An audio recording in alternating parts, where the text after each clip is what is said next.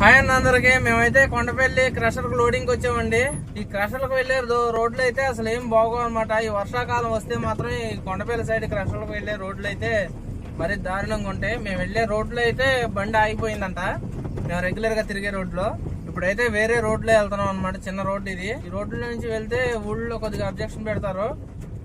అలాగే నిదానంగా వెళ్దాం, అక్కడ బండి అయిపోయింది కదా అని చెప్పి ఇటు కొత్త రోడ్ లో వెళ్తున్నాం. మేము వెళ్ళే రోడ్ చూపిస్తాం చూడండి.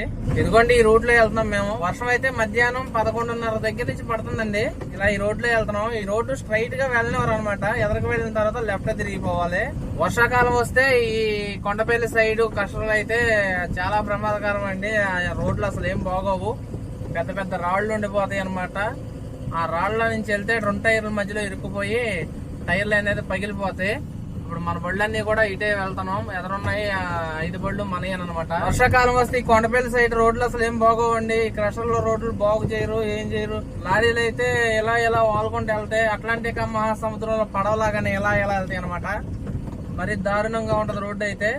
అసలు ఏ రోడ్డు బాగోదు క్రషర్లకు వచ్చే రోడ్డు. ఈ కొండపల్లి సైడ్ క్రషర్లకు వస్తే పెద్ద తలనొప్పి అనమాట మాకు. నా షార్ట్ వీడియో నచ్చితే లైక్ చేయండి. నా ఛానల్ కి కొత్తగా వచ్చి సబ్స్క్రైబ్ చేసుకోకపోతే సబ్స్క్రైబ్ చేసుకోండి. Thank you for watching. Thank you all. Bye bye.